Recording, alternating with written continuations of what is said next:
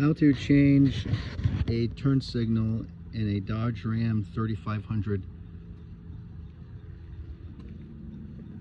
First you have to unscrew 3 screws. You have these screws right here. 1, 2, set up right in there.